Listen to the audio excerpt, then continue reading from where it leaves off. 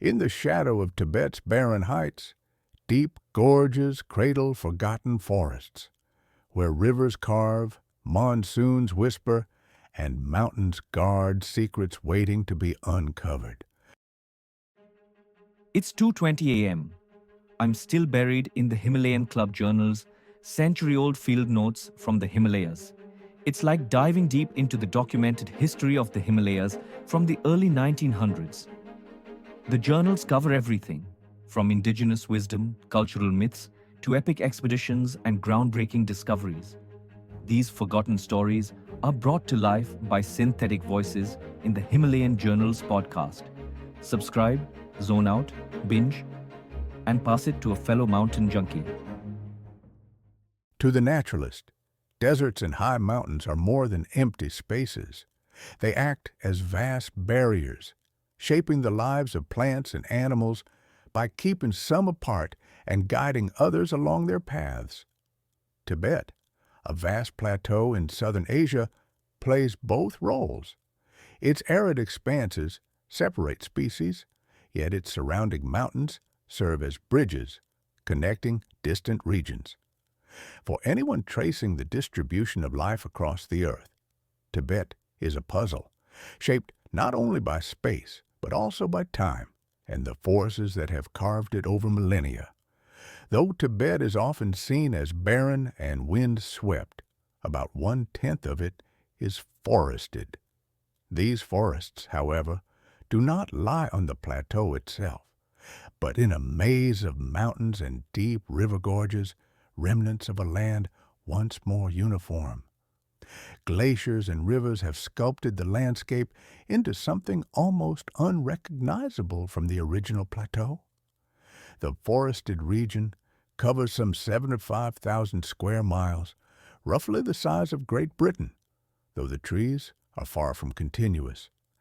This river gorge country encompasses southeastern Tibet, including the provinces of Pemako, Pome, Zayul, parts of Tsangpo, and Tibetan districts along the Great Himalayan Range east of Bhutan. It stretches north and west into the outer plateau, south into the Himalayan foothills, and east into the forested gorges of western China. Crossing the southern crest of the Himalaya, dense forests vanish into the dry plateau. From Kashmir to Bhutan, this pattern holds, but east of the Tsangpo Brahmaputra, the forest belt behaves differently. The plateau's rivers, notably 4 major ones running parallel for over 200 miles, along with a series of curved ranges, guide the forests and influence their spread. Among these rivers, the Lohit, or Zayul Chu, flows for over 100 miles through the province of Zayul, shaping the forests along its banks. The Great Himalayan Range, after rising sharply at Namcha, bends in a hairpin southwest along the Tsangpo Brahmaputra, descending into the low hills of Assam. Geologists suggest these rocks formed simultaneously with the Himalaya itself, uplifted from the Tethys Sea. Long before, the plateau, the Indo-Gangetic Plains, and much of Burma lay beneath its waters, while western China remained land traversed by ancient ranges. Today, southeastern Asia is a tapestry of north-south mountain chains, curving at the edges and enclosing rivers. Whether these formations are part of the Himalaya's eastward extension is debated, but biologically, they act as a continuous barrier shaping the distribution of plants and animals. The eastern Tibetan forests owe their existence to this geography and the monsoon winds. Western Tibet remains dry and barren, far from the ocean, cut off from rain-bearing winds and pierced by only a single major river, the Indus. In contrast, eastern Tibet benefits from the Tsangpo Brahmaputra, the Salween, and the Mekong, along with broad passages like the Irrawaddy and the Dibang, allowing moist air to nourish the forests. Yet even here, the forests cling to the southern flanks and river valleys, retreating quickly behind the main plateau walls. Altitude dictates the type of forest.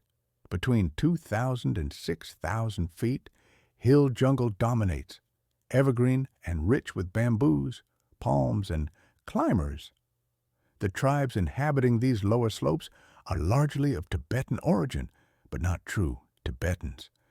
From 6,000 to 9,000 feet, temperate rainforest takes over, featuring magnolias, oaks, maples, and rhododendrons. Damp, but cooler. The rhododendron conifer forest rises above 9,000 feet. Conifers prevail by 11,000 feet, present only in select eastern valleys such as the Tsangpo, Ngong, and Zayul. Beyond this, the forest abruptly ends as the plateau's arid climate takes hold. This forested land, southeast Tibet's river gorge country, differs from the outer plateau. Valleys are deeper, mountains higher, and slopes cloaked in greenery, a stark contrast to the bare plateau. Yet politically, it remains Tibet. It is here, in these forests and along these rivers, that the naturalist finds a landscape both familiar and mysterious. Alpine flowers flourish above the tree line, and countless species of birds, insects, and animals await study. Geologists, too, have much to uncover, particularly east of Namcha. In these forests of Tibet, the work of exploration and understanding continues, as vast and intricate as the land itself.